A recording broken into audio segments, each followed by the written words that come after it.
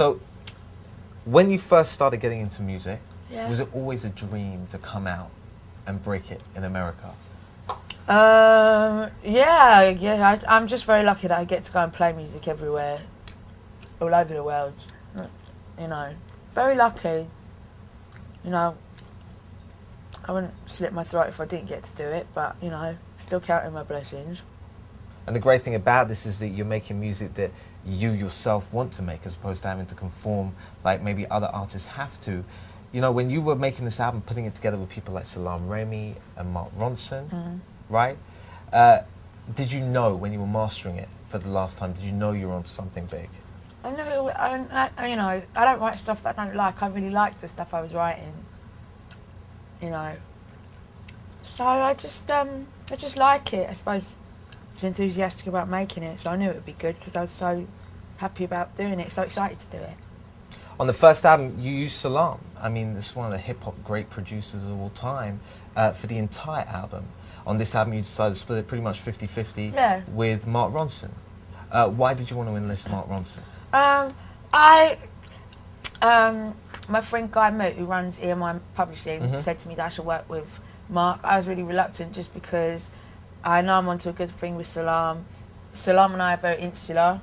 We work quite closely and together. We don't talk to anyone else. We're quite, you know, we talk to each other about stuff like that. But, you know, I met Mark. We had a really good, you know, we got on really well personally as well. You know, we're like brother and sister, so, you know, he was as excited about doing things and as enthusiastic as me, which was exactly the same things I love about Salaam. You know, Salaam's very, you know, a lot of producers are quite, you know, like, how can we do that? Or, that's never been done before. But they're just like, cool, let's do this, let's do that. And how important to the finished product is that kind of relationship between artist and producer?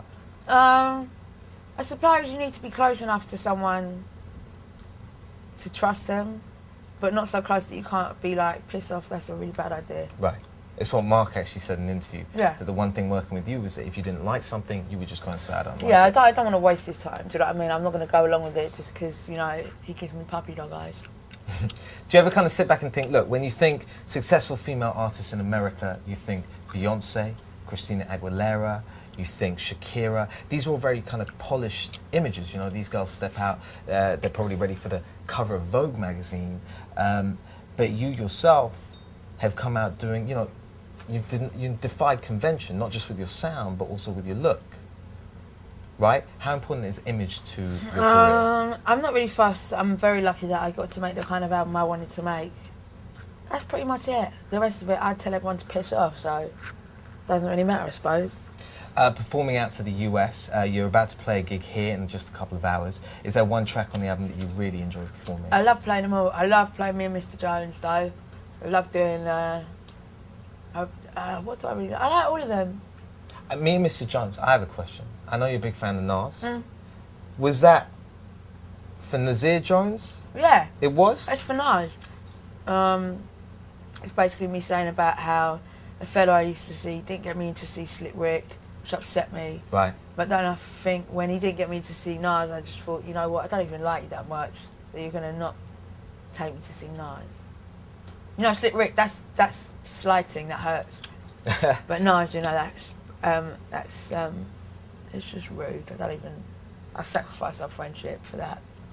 Now, you're someone that's been strictly about the music, like you say. It's just about you making the music that you want to make. When you were putting this album together and coming together with this kind of sound, you know, it's very different from what everyone else is doing. Yeah. Was that always a conscious decision to end up with this sound? Did you have it in mind before you stepped into the studio, or did it happen kind of organically with Mark and Salaam? No, nothing I do is like, listen, I'm just a musician, yeah. I don't think about who's going to hear it, who's going to buy it, who I'd like to hear it or buy it. I only make music that I would like to hear. That's all I've done. I'm lucky that I've been able to make it. Well, you've made music that you like to hear, but also what seems to be happening at the moment, the modern day hip hop. Some of the greats are really kind of accepting this sound that you've done. How did you feel when you get given an accolade like Jay-Z stepping on a remix? Yeah, I suppose it's lovely, isn't it? You don't ever hear people like that would ever hear what you do, let alone put a thing on it. Now, you've been real busy. I don't know whether you've read but NME.com and loads of different websites have said that Prince today did a press conference in the UK where he's just announced kind of 20 dates all in a row, and he's requested you. What? Did you not know this? No. So he went and did a press conference in London today announcing 20 dates. This is going to be the last time he ever performs all of his greatest hits before he goes off to travel the world and study the Bible. And he said one artist's name that he would like to come on board and perform a song with, and that was you. Prince is going to study the Bible. Yeah, listen, stay to the point. He's Prince asking is for going to you. be a rabbi. I'm the last. I would listen. Does that blow your mind still when you know, so many artists have come up to you and said, listen, we want to work with you to have Prince? I'm going to Minneapolis, see you later. Prince! Yeah. I hope I can do it though. I don't know why I'm smiling. I really hope. I mean, I'll drop everything to do that. Well, he said it only yesterday. That must blow your mind. Well, when you hear that. Yeah. Yeah, but I don't know. How do you do it? How do you make sure that you stay grounded? You know, not even... Stuff like that doesn't make me go, oh, I must be the nuts. Stuff like that makes me go, want to do it tomorrow and the night after, you know. I just want to find out now I want to find out after this, I want to find out how solid that is. I'm going to see. Well, he said it, and if he said it and you were able to do it, would you do it? Yeah. Okay. The other big Bells thing, on. it's just all day long. it's just getting bigger and bigger at the moment. Just announced the MTV Movie Awards. Yeah. Huge show. Yeah. You've performed at festivals in front of crowds. Is it more nerve-wracking? I mean, do you still get nervous? Is it more nerve-wracking doing those big TV shows or doing those big concerts? Neither, I suppose. Neither. It's adrenaline, isn't it? Yeah. It's not easy. It's nice. It's fun. And the MTV Movie Awards, very exciting. Yeah, very exciting. I suppose stuff like that's more nerve-wracking because you worry about what you look like on telly, rather than how you set, you know. And at the same time, you can take it again if you have to, but you don't want to break up the all the atmosphere and all that. You come over to America, you've done some huge shows, you've done David Letterman, now the MTV Movie Awards, rubbing shoulders with all the biggest and best. I mean, you know, you're someone that doesn't really, like you said, you don't, think that's it, it's brilliant. But do you ever kind of let it dawn on you that you will be, people like Snoop Dogg? Did you hear what he went and said? No. That you inspired his new album, that he was crazy about the music for the pure reason that you did the album, only you, no guest appearances, nothing like that. And he went on to say how much he was a fan of your music. He's cool. He's a nice guy. I met him the other day. He's very nice. Right?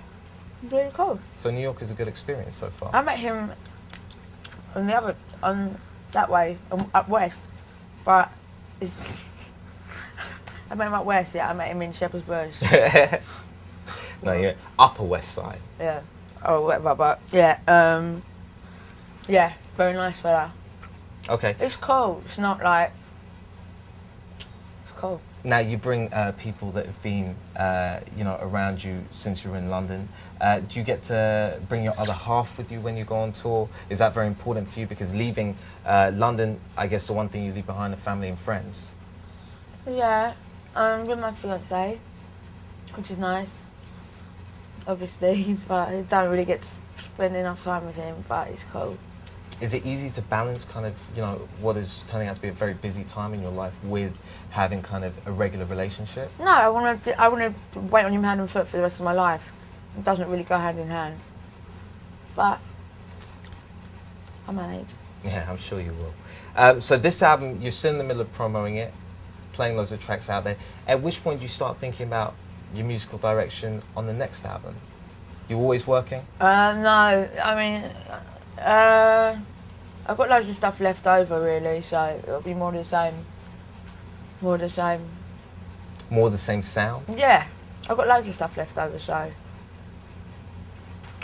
And same producers, both Mark and Salam working on it? I don't know, it depends what they're both doing. I'd love to work with them both again. I mean, I'm not someone who'll try something just because it's stuck.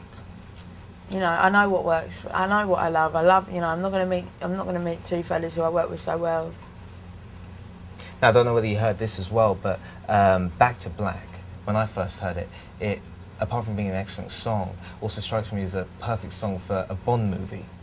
Now, I wasn't the only one that when they said that. Apparently, Barbara Broccoli, the woman that was involved with James Bond from the very start, has gone and said it's a perfect track and she would like to offer you a role in a Bond movie. Now, I know you should never believe what you read, but have you heard anything about this? No.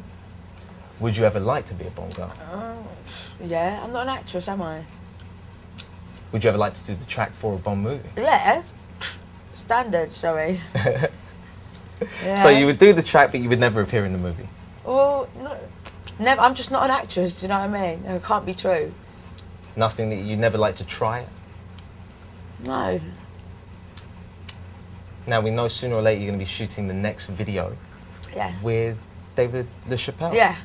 What's the treatment for that Why video? do you know everything I'm doing better than me? Because that's the job that I have to do. Okay. My research, do you mind talking about it? You're just kind of showing me up because I haven't got Danny LaRue what I'm talking about. It's all right, but do you know what the next single's going to be? Well, I think we're reshooting Rehab. Oh, you are? Or Tears Dry on Their Own. Okay. We'll take that second answer. Oh, yeah? And do you know what the concept behind the video is? No. Do you just turn up on the day and do what you do? No, we will have meetings, I'm sure. Or someone will say something. That's why I was curious. Like, how Meetings. hands-on are you with everything? Yeah, I'm pretty, yeah. So, I mean, yeah. Of course, yeah. And why is that so important?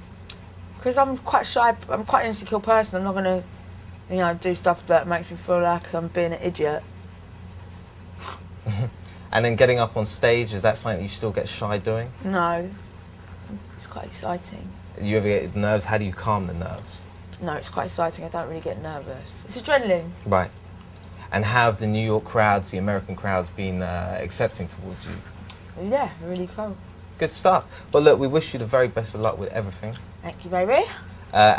Your next step after this, you're doing a performance tonight. What's on the agenda for the next? I know something else. I know you're going to Miami soon. Yeah, tonight, tomorrow night. Then we're going to Canada, I think. Yeah, and my dad's going to be there. Oh, your father's going to be there coming out to see you? Yeah. Is that the first time he's seen you performing in America? Maybe. You mentioned him in in one of your tracks, Yeah. Rehab. How important was he to your musical career, kind of starting Oh, out? my dad's like one of my best friends, so it'd be nice to see him. And yeah. And then we're going to Miami just to do the video and just spend some time together. Excellent. A bit of downtime with Yeah. family. Being here in New York, you're in the home of some of the greatest rappers of all time. I know you're a huge fan of people like Nas, Yeah. Mos Def. Yeah. Do you think, and I just had this idea, that you would ever want to do, I know you have music left over from this album to do for your next album, with the way they're accepting you at the moment, a Brit coming over, a female Brit coming over, hip-hop has truly accepted you, would you ever think about doing kind of a collaborative effort with some of your favourite artists? I'd love to work with people like, there's so many people I'd love to work with, like Nas, Mos Def. I'd love to work with Busta Rhymes. I'd love to work with Rod Digger. I'd love to work with Rod Digger. There's loads of people I'd love to work with. And these things But I'd love to work with Rod Digger. And Mos. That would be incredible. But surely can't these things actually happen? I mean, how does it work? Do you just say it on camera, hope that one of them sees it and something comes They through? won't see it. Why? This is MTV News. Oh, cool. Okay, then, please. Raw Digger, Mos Def, Puppy Dog Eyes. Please. You learned that from Mark Ronson. I Why would that be so great for you?